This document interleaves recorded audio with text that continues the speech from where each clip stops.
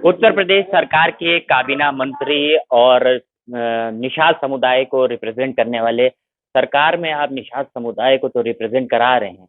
ये बताइए, आरक्षण कब आपकी जो बिरादरी है उसको मिलने जा रहा है? देखिए, किसी भी आदमी को मान सम्मान स्वाभिमान रोटी कपड़ा और मकान उसका स्तंभ है। तो मान सम्मान स्वाभिमान रोटी कपड़ा और मकान छीनने वाले थे अंग्रेज, उनको हटाया। मुगल थे, उनको हटाया। फिर धोखे से कांग्रेस आ गई, उसने हमारा वोट लिया, उसे फिर धोखा दिया, उसको हटाया, फाइल गायब कराई। आरक्षण की फाइल कांग्रेस ने गायब कराई। उनके उनके मंत्री दो हैं, मुकुल वासनिक, शैलजा, नाम लेकर आ रहा हूं, उनके खिलाफ मुकदमा संसद भवन नई दिल्ली मार्ग में करवा रखा हूं। तो जो फाइल गायब कराती है वो सरकार को हटाना पड़ेगा ना, और किसी सरकार को हटाने में शक्ति चाहिए ना, समय खर्च होगा। और उनके जिसके सहयोग से केंद्र की सरकार चल रही थी, सपा बसपा, जिनके सहयोग से सरकार चल रही थी, फाइल उसे भी हटाना जरूरी है। रोजी रोटी छीन कर जिसका रोटी कपड़ा और मकान छीना जाए, वर्ग 3, वर्ग 4, वर्ग 5, वर्ग 6 की जमीन जो थी वो मछुआरों के नाम दर्ज था।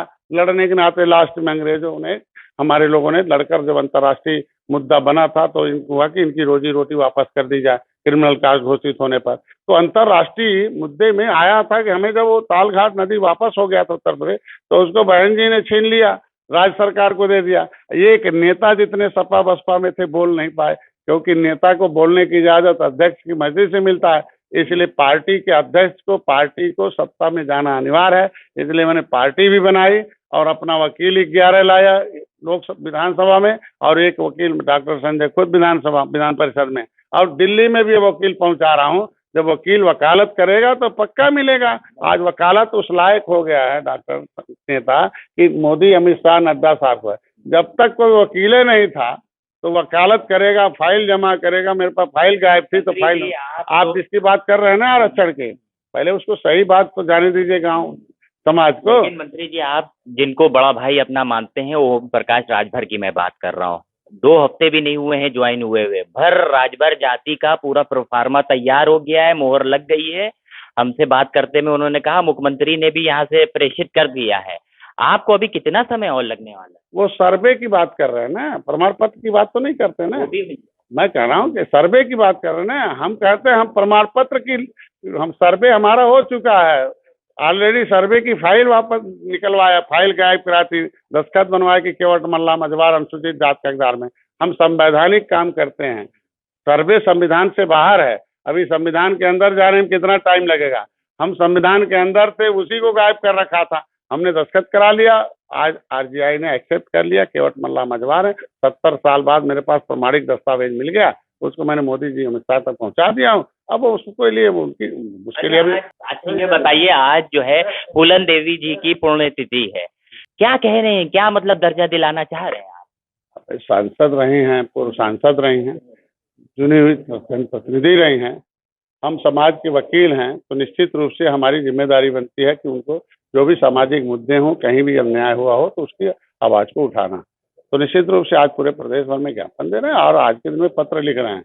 हमारा समाज सोया हुआ था, उसे जगा रहा है, उन्हें सही सही बात बता रहे हैं कि फूलन देवी की किन परिस्थितियों में उन्हें अपना रास्ता बदलना पड़ा था। जांच होना चाहिए, कौन अधिकारी उसमें दोषी हैं, उनको सजा मिलना चाहिए कि आगे ऐसी घटना न हो।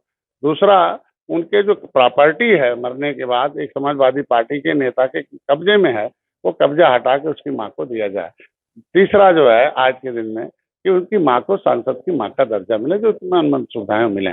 फिर चौथा हमारे आज के प्रेस कॉन्फ्रेंस का था कि हम बंदूक में नहीं, अब बटन में ताकत है, तो इसलिए बटन हमारा अधिक संख्या है, हमारा वोट अधिक है, इसलिए हम विधान छत्तीसगढ़ और मध्य प्रदेश में भी हम अपना विस्तार कर रहे हैं और अभी चुनाव एनडीए की सरकार बनाएंगे और बनाने के लिए काम कर रहे हैं। चौथा एक काम है आज के दिन में कि क्रिमिनल ट्राइब्स एक्ट से inquiry, criminal tribes act inquiry committee की रिपोर्ट के आधार पर हम लोगों को 74 प्रकार की सुविधाएं मिलनी चाहिए।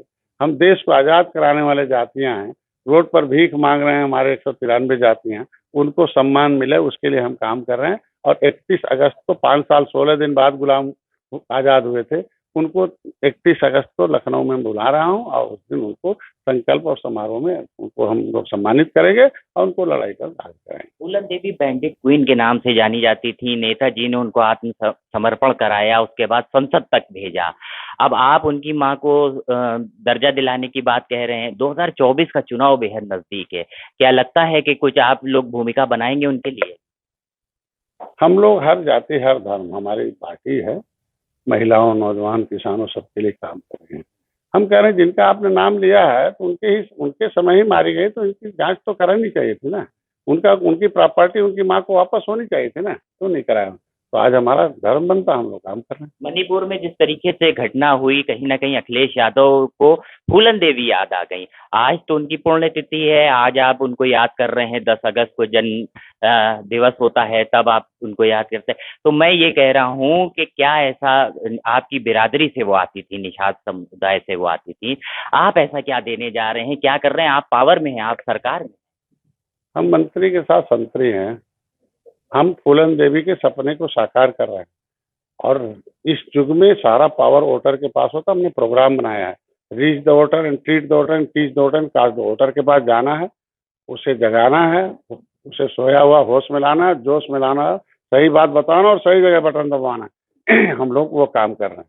शुक्रिया हमसे बात करने के लिए। तो ये उत्तर प्रदेश सरकार के मंत्री संजय निषाद को आप सुन रहे थे। साफ तौर पे जिस तरीके से फूलन देवी का आज पुण्यतिथि है तो उनको याद कर रहे हैं। इसी के साथ कई मामलों को लेकर उन्होंने भी कई मांगे रखी है। लखनऊ से भारत एक सोच के लिए अखलाक समझी।